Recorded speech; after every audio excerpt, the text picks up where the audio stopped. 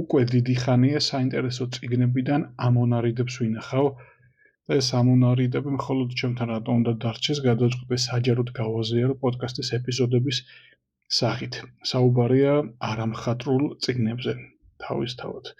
მას ასე ახალი რუბრიკა ამონარიდი წიგნებიდან. ეს არის ნაწილი მეორე და ეს ეპიზოდი დაეთმობა ჯეიმს კლიერის წიგნს ატომური ჩვევები. 12-მდე ამონარიდი მაქვს შენახული ამ წიგნიდან. პირველი, დროებითი შეფერხებები უცხო არავისთვისაა, მაგრამ გრძელვადიან ჭრილში ჩვენი ცხოვრების ხარისხი ჩვენივე ჩვევების ხარისხზეა დამოკიდებული. იგივე ჩვევები იმავე შედეგებზე გაგიყვანს, მაგრამ უკეთესი ჩვევების გამომუშავების შემთხვევაში შესაძლებლობები უსაზღუროა. მეორე, თუ შეგიძლია 1 წლის ინტერვალით ყოველდღიურად 1%-ით უკეთესი გახდე, წლის თავზე 37-ჯერ უკეთესი იქნები. და პირიქით, თუ 1 წლის განმავლობაში ყოველდღიურად 1%-ით უუარესი გახდები, შენი რეგრესი 0-ს მიუახლოვდება. ის, რაც იწყება მცირედი გამარჯვებით, ან უმნიშვნელო უკუსვლით აკუმულირდება და უფრო მასშტაბურ რაღაცაში გადაიზრდება. მესამე, ჩვევები ორლესულ ხმალს გავს.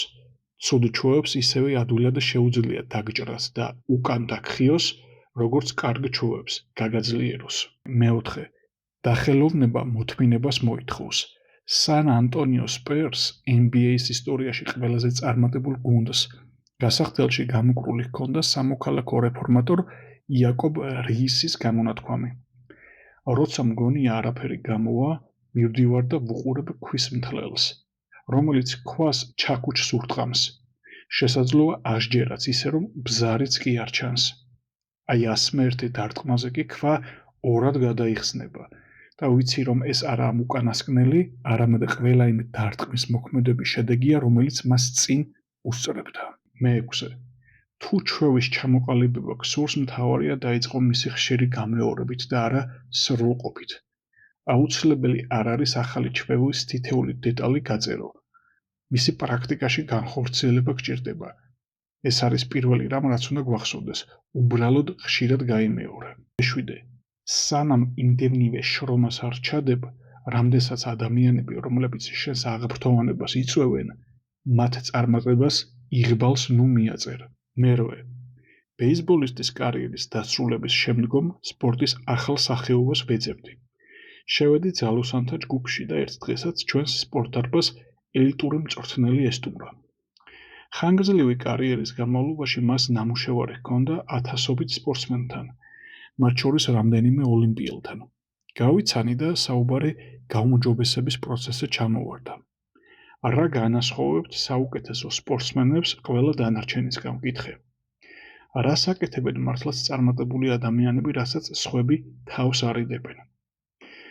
მან ახსენა რამდენიმე ფაქტორი, რაც გასაკვირი არ ყოფილა: გენეტიკა, იღბალი, ნიჭი.